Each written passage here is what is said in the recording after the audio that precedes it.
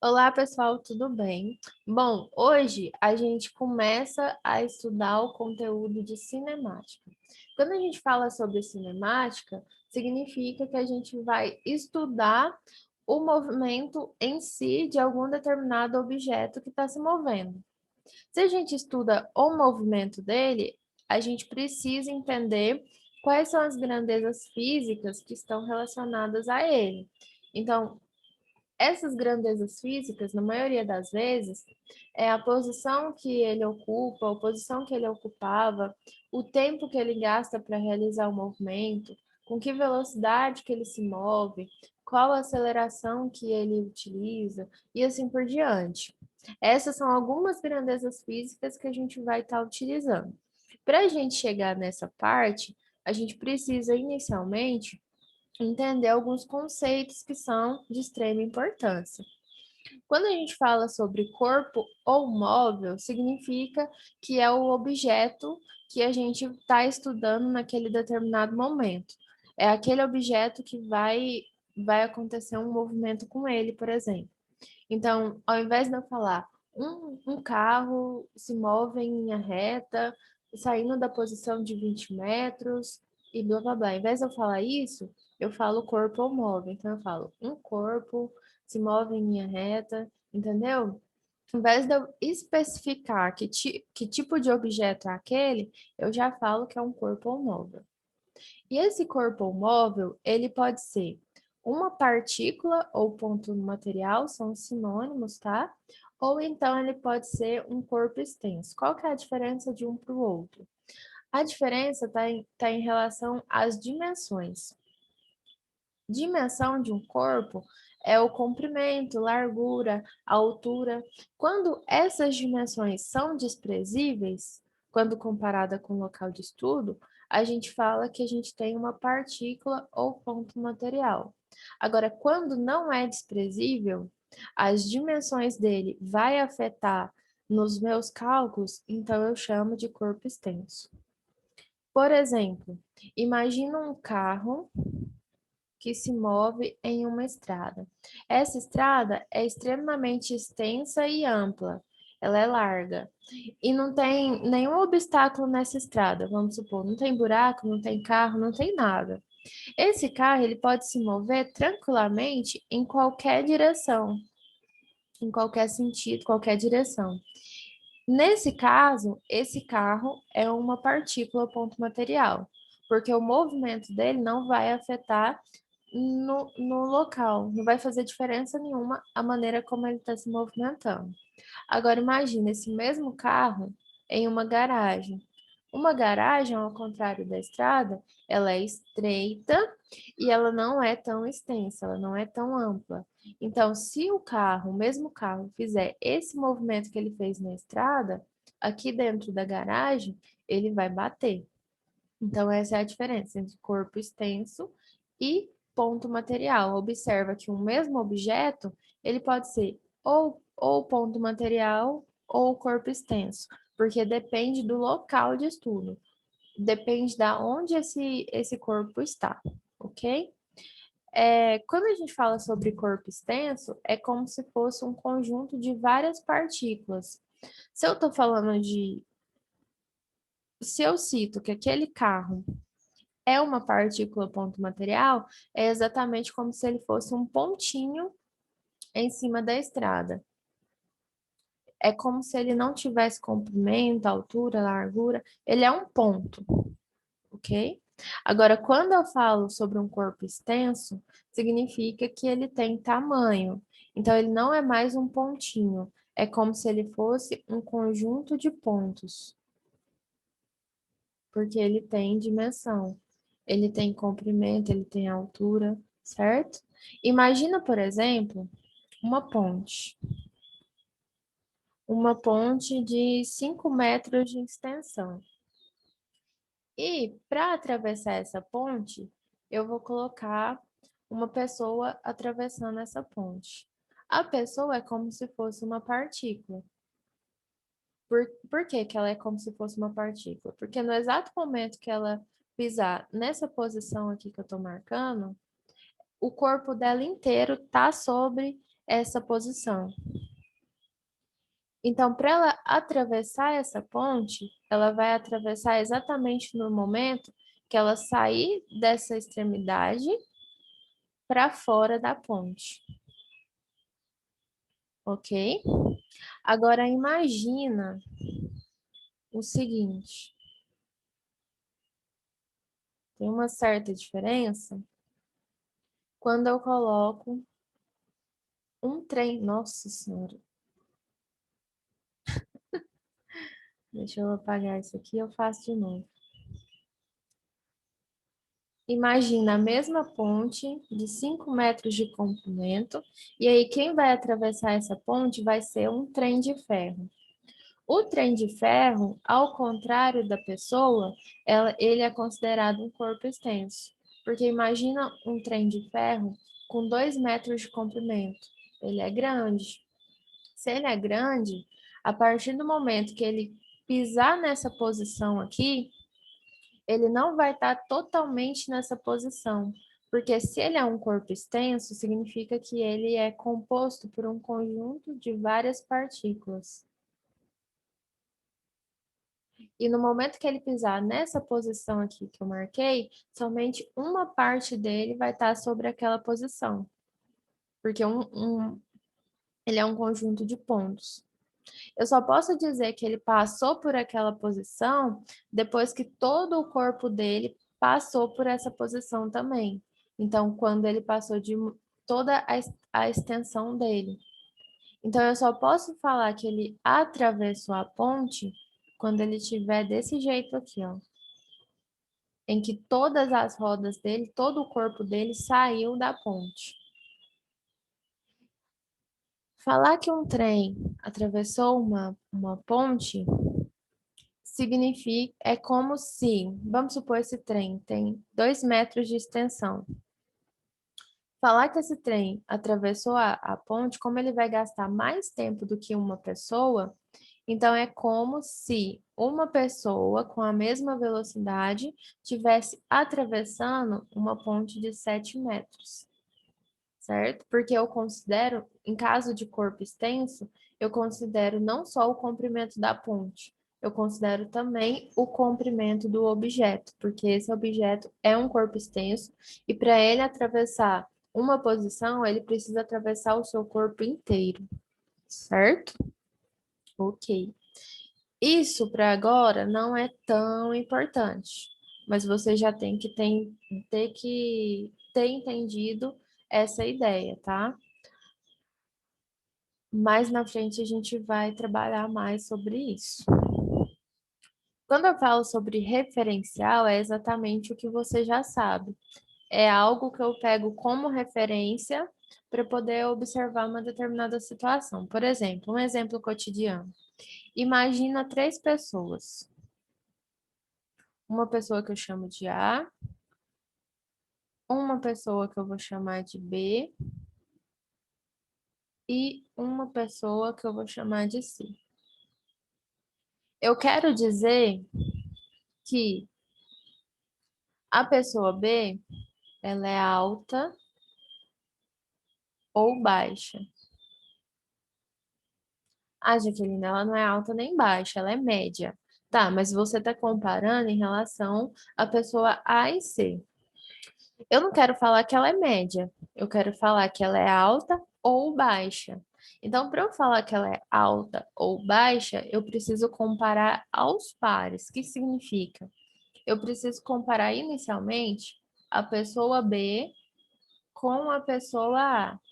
Quando eu faço essa comparação da pessoa B com a pessoa A, significa que B é alta, certo?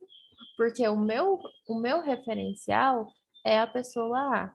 Então, quando eu tomei A como referência, B é alta. No entanto, quando eu pego como referência a pessoa C, então significa que B é baixa, certo? Eu sempre faço aos pares. Se eu vou falar sobre um movimento, por exemplo, eu preciso analisar duas coisas, uma em relação à outra, nunca sozinho, e nunca mais de duas coisas ao mesmo tempo. Eu sempre analiso aos pares, tá? Isso é extremamente importante. É aqui, em, quando a gente fala sobre movimento e repouso, que essa ideia de referencial passa a fazer sentido, assim como a ideia de alto e baixo. Se uma coisa está em movimento, significa que a sua posição está mudando ao longo do tempo. Se uma coisa está em repouso, significa que ela está parada. Passado um determinado tempo, ela está no mesmo local, na mesma posição. No entanto, isso é muito relativo.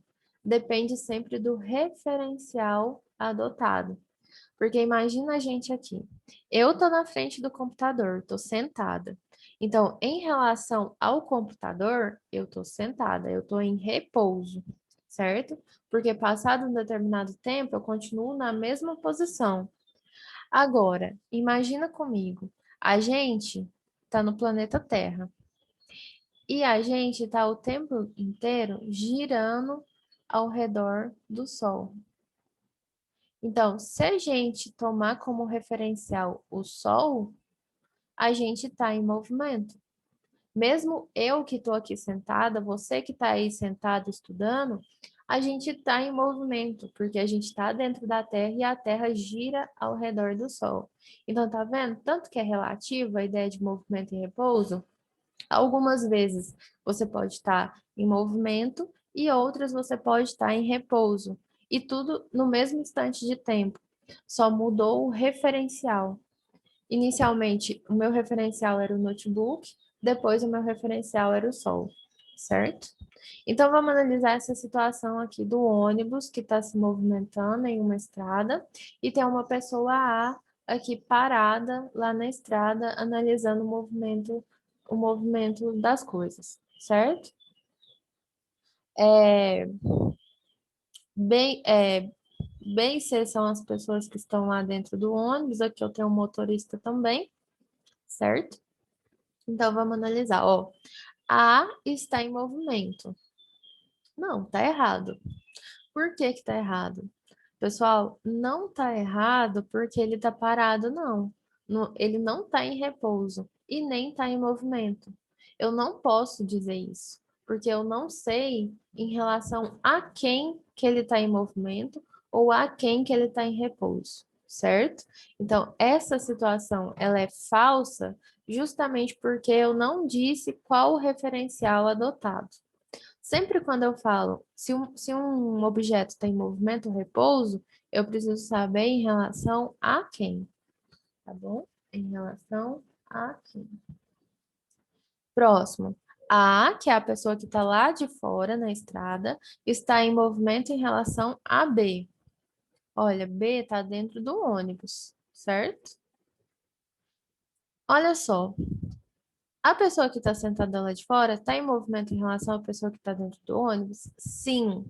Por quê? Porque olha só, em um determinado momento, o ônibus está nessa posição. Mas passado um segundo, por exemplo, o ônibus já está nessa posição. Então, ele mudou de posição ao longo do tempo, certo? Se houve mudança de posição entre os pares, entre o ônibus e o homem que está lá parado, então sim, essa questão é verdadeira, tá bom? A mesma coisa se o ônibus estivesse parado e o carinha lá de fora se movimentando. Então, o ônibus estaria em movimento em relação à pessoa que estaria se movimentando, porque houve variação na posição ao longo do tempo, certo? B, está em repouso em relação a A? Não, é falso. Exatamente pelo mesmo motivo do anterior, porque passado um determinado tempo, a posição de um deles variou. Então, isso é falso. Próximo. A está em movimento em relação a C. Ó, A está em movimento em relação a C. Verdade. Mesmo motivo do anterior. C está em movimento em relação a A. C está em movimento em relação a A. Verdade. Bom, é isso. Olha, vamos supor, por exemplo, a pessoa B e C. Os dois passageiros que estão lá dentro do ônibus, eles estão B está em movimento ou repouso em relação a C? É só você pensar.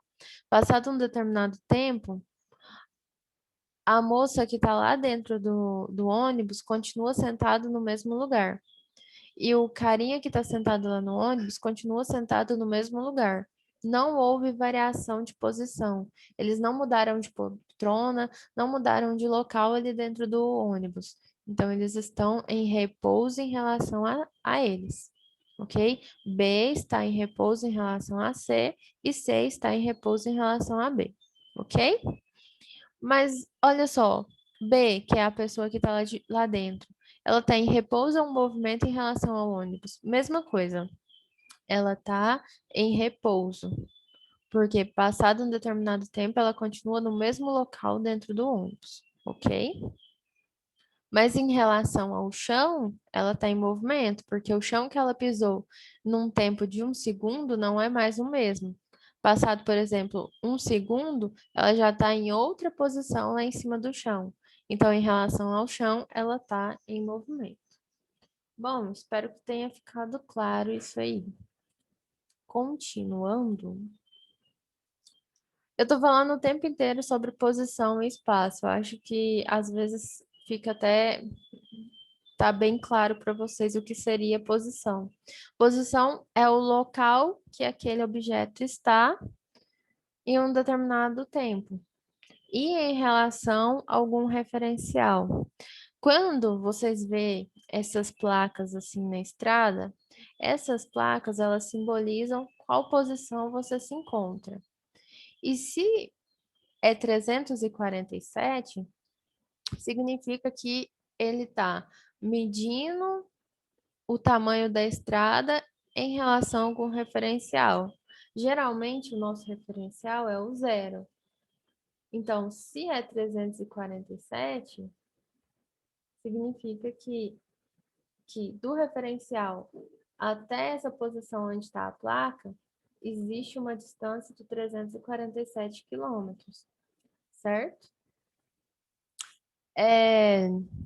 E aí, na maioria das vezes, a gente vai desenhar uma reta numérica, lembrando que reta numérica ela começa de 0 para cima, os números crescem, e de 0 para baixo, os números decrescem, ok? Então, -1, -2 e assim por diante. Então, a gente sempre vai utilizar uma reta numérica. Se eu vou colocar um determinado objeto sobre uma reta numérica, eu consigo saber que posição ele está. Olha só, esse carro aqui, ele está na posição 10. 10 o quê? Aí eu olho aqui a unidade de medida, 10 quilômetros, ok? Nesse momento, ele está na posição 35 quilômetros. Tá? Então, posição é só o local que você está lá em cima.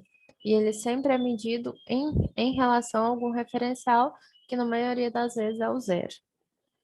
Bom, a trajetória é o caminho percorrido por um determinado objeto.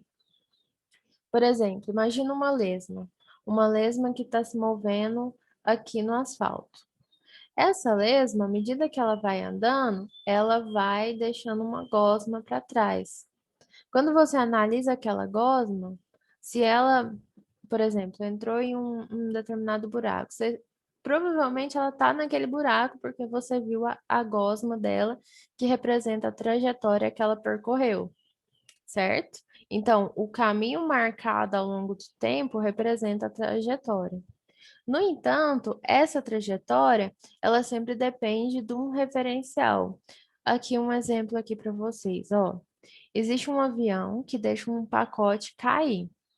E esse avião, a pessoa que está lá dentro, mantém a velocidade conforme a queda do objeto para ver se ele realmente vai cair no chão, certo? Ou para ver o que aconteceu quando ele cai no chão.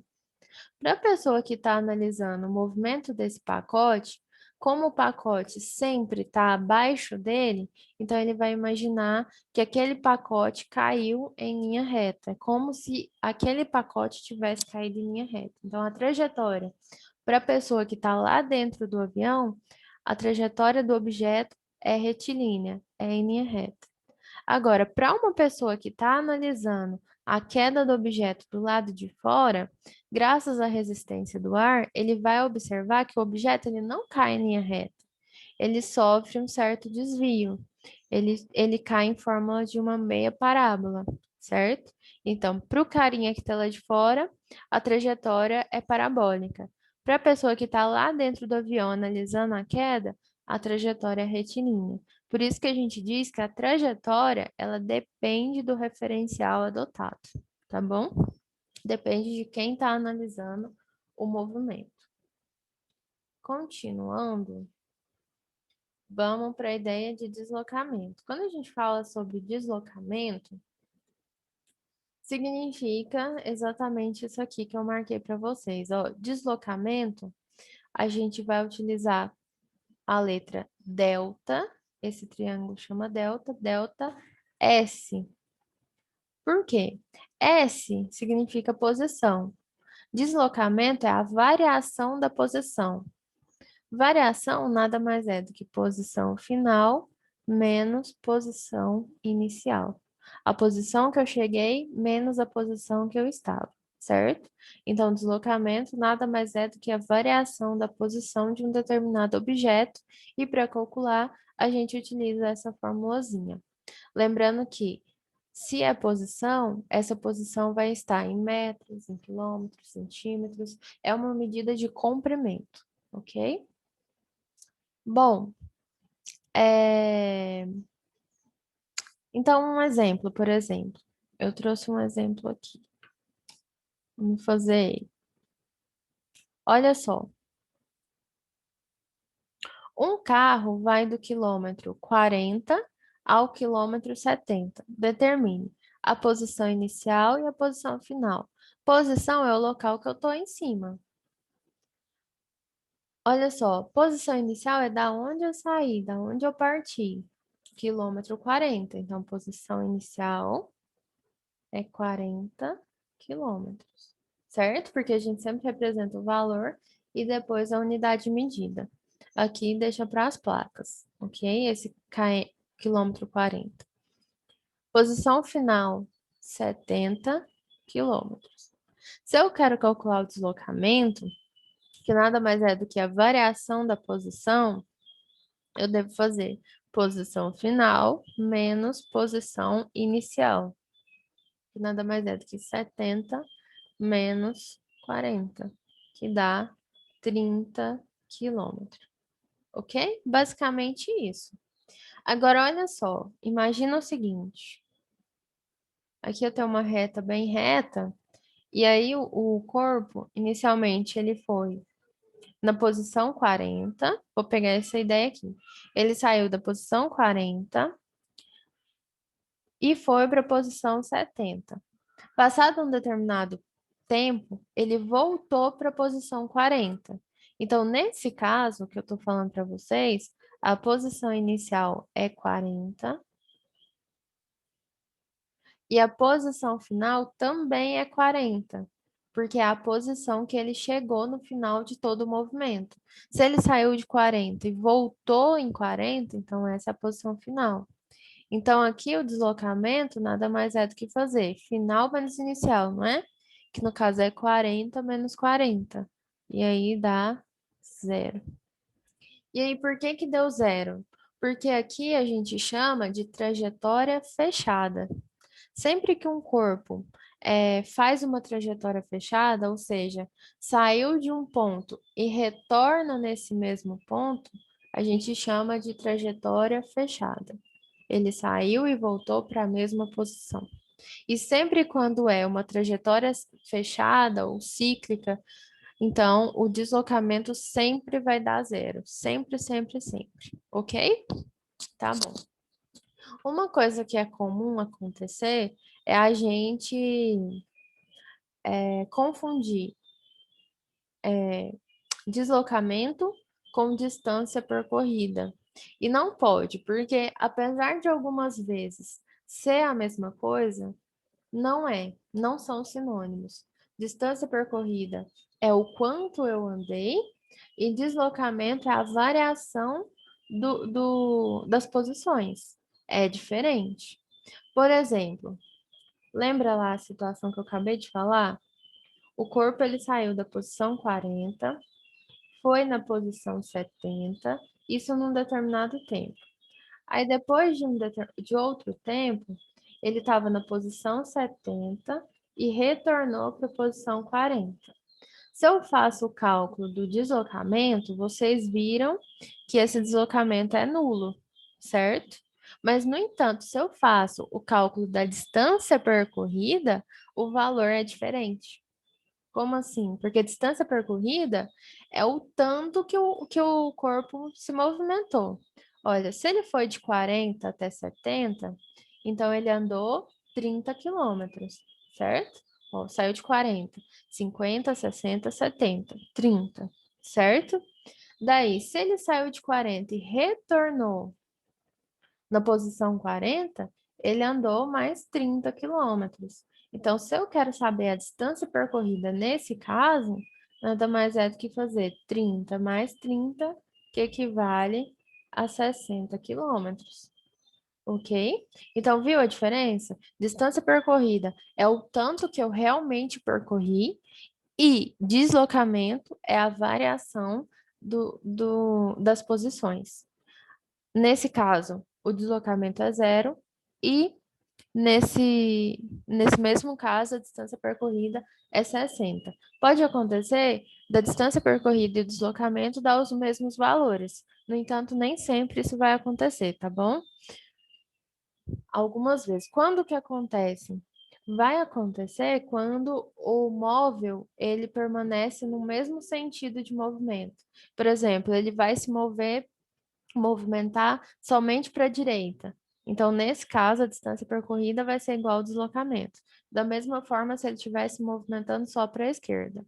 A partir do momento que ele está se movendo para a direita, e aí percebe que tem que voltar, e aí começa a andar para a esquerda, então houve variação no sentido do movimento.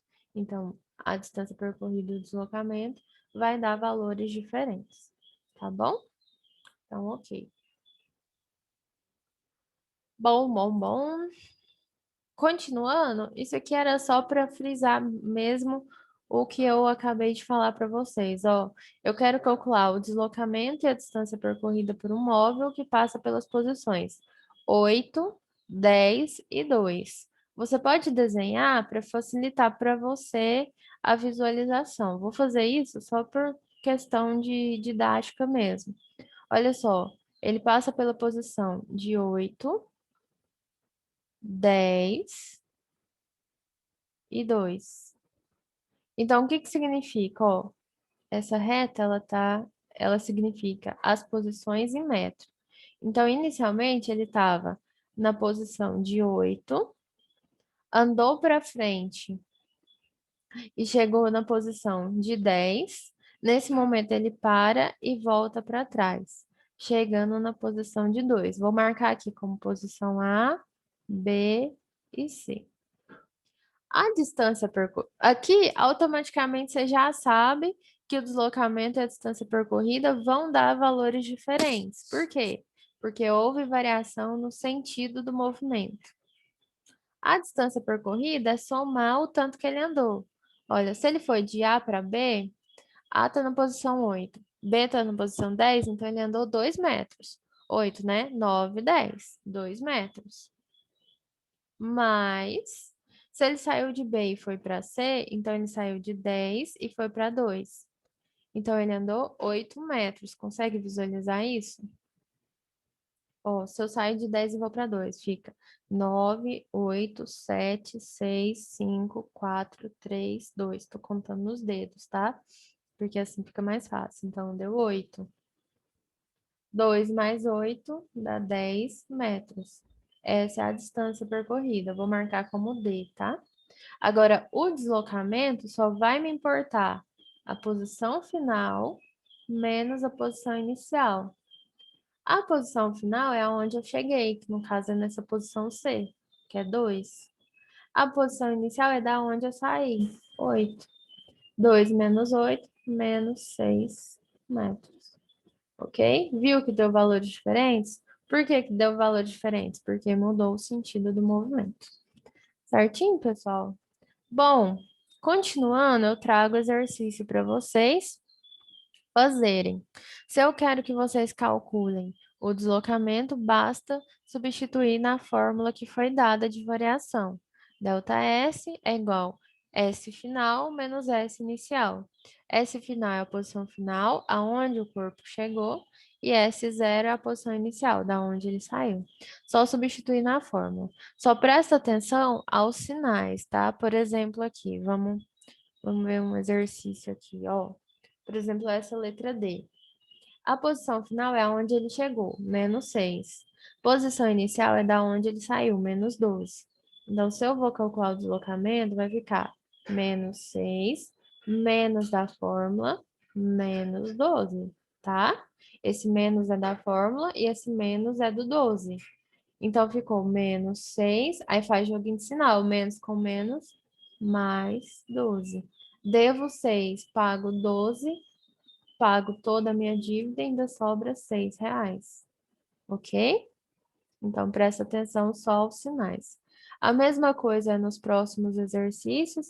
Aqui ele mostra as posições ao longo do tempo e pede para você calcular de acordo com o que foi dado, com o que foi dado. É só você analisar que posição que é. Ó, entre D e E. Ele saiu de D e foi para E, ó. D e E. Então, se ele foi de D para E, então posição final 40, posição inicial 10, ok? De B e E, ó, B e E, posição final 40, posição inicial menos 20, ok? Quando ele disser o contrário, por exemplo, aqui B e A, significa que a posição inicial é B e a posição final é A, ok? Ahn, continuando, deixa eu apagar. Aqui ele já traz em forma de tabela, mas é só você conseguir interpretar. Olha só, no tempo zero, o carrinho móvel, por exemplo, estava na posição de menos 6 metros. Passado um segundo, ele passou pela posição de zero. Passado 2 segundos, ele está na posição 6. Você pode até desenhar, às vezes pode até facilitar o desenho, mas isso é pessoal, você que sabe, ó. Inicialmente, ele estava na posição A, que equivale a menos 6 metros. Aí ele foi para posição B, que equivale a zero. Depois ele passou pelo 6, que eu vou chamar de C. Depois ele passou por 11 e depois passou por 16. Então, tanto faz, tá? Então, significa que ele está se movimentando para frente durante todo o tempo. E aí, se ele quer calcular de 1 a 3 segundos, ó, 1 é a posição zero e 3 segundos é a posição 11. Então, eu vou fazer 11 menos zero, certinho? E para finalizar, tem esse exercício aqui que é uma figura. Eu falei para vocês que, por exemplo, numa estrada tem uma placa lá. Essa placa está marcando lá KM5. Significa que a partir de um determinado referencial, que eu chamei de zero, a distância desse referencial até a placa é 5 quilômetros. No entanto, eu posso redesenhar essa figurinha como da mesma forma do que a gente já conhece. Olha só, nessa posição aqui, ó, que ele chamou de A, se a distância do referencial até o carro é 5 quilômetros, então significa que aqui é a posição 5.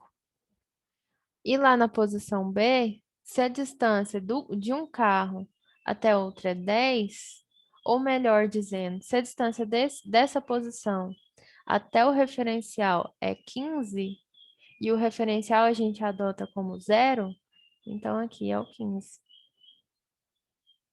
ok? E aí, essa linha, ela está marcando as posições e todas estão em quilômetros, ok? Bom, é isso que eu tinha que passar para vocês. Façam os exercícios, qualquer dúvida pode me procurar. E é isso por hoje. Até mais, pessoal.